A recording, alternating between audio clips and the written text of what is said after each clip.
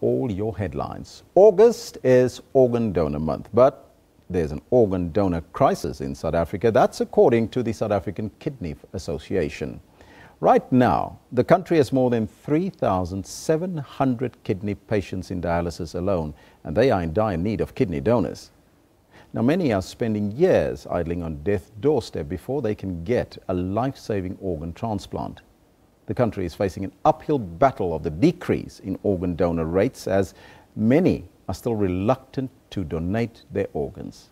Now, to get a perspective on the issue of cultural beliefs, we are joined in studio by a young man, Musa Mpori, who is the recipient of a kidney and the founder and chairperson of the Open Eye Foundation. A very good morning to you and welcome, Musa. Thank you for having me. Yes, sir. First and foremost, tell us a little bit about yourself, and because you are the recipient of an organ donor. Yes, sir. I got donated a kidney in 2013, January, and my life has changed dramatically, and it has been wonderful, of course.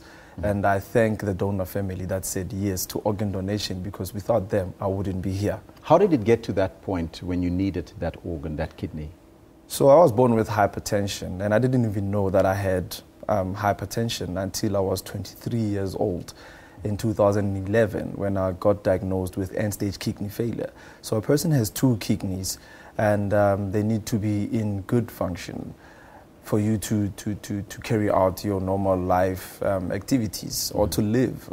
So my kidneys had shut down at the age of 23 because of hypertension. And I was placed on a program called dialysis. Firstly, it's a machine. You sit there for 4 hours, 3 times in a week, and it works as an artificial kidney. So what happens is that it will draw blood from your body, it go into the machine, it will circulate, come back into your body until the toxins are probably out, I could say. And so I did that kind of a dialysis for 6 months, and I was placed on another type of dialysis, which is peritoneal dialysis, and uses water, so it uses osmosis. So I had to stay home, do that dialysis every 4 hours at home, and it was difficult. I didn't have anything to do, no activities. I couldn't have friends over because I was always angry, because I didn't understand why at my age would I have end-stage kidney failure, because we have this thing as people that it's an old type of a thing. If you kidney fail, I mean, 70, 80-year-olds must suffer from that. But to my surprise, at the age of 23, then I was diagnosed with end-stage kidney failure. How long did it take you to get the kidney transplant, and how long on average does one have to wait for a kidney? This is very, very important for me to mention. On average, it's 6 years a person can wait for a donor, unless you have a family that wants to donate an organ for you, and then it will probably be lesser than 6 years. But really, on average, it's 6 years, and then you wait until 8, 15 to 20 years waiting for a life-saving donor. Sometimes people die while waiting for that life-saving donor. Luckily, I had to wait 1.5 years because also we need to educate our people that certain things must be taken into consideration, like your age. Are you overweight? Are you taking care of yourself as a patient before you could even be donated that organ? Now, you had a non-profit organization that aspired to educate young South Africans about organ donation. Tell us more about that, and how is it going? Open Eye Foundation is a non-profit organization that seeks to educate, particularly black people, on chronic illnesses and organ failure and organ donation, and just how a person should be taking care of themselves, like exercising, drinking water, and eating or following a healthy diet. So Open Eye Foundation has been going out there, making sure that black people understand the need of organ donation and how many people really need these organs. I mean, it's quite important for us to know, because if we have over, like you mentioned, but it's 4,000 and above people that need organs in South Africa.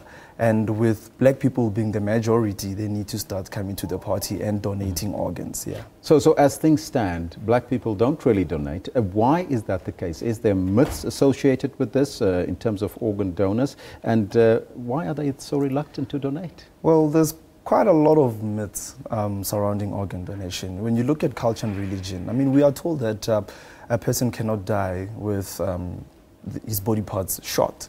But then again, when you look at someone who really needs these organs, you then start to think, I mean, I should be considering saving someone else's life, because of when you look at the basis of life, life should always come first and everything else shall follow. And so with Open Eye Foundation, we are really educating people to say, look, man, these are just misconceptions, these are just myths. You can be able to save someone else's life and really bring someone else's life and, you know, give life. Yeah, give life. You can save a number of people by donating, isn't it? Of course. When we're looking at solid organs, you can save up to 8 people, and it can go up to 50, even more, if we include tissue donation.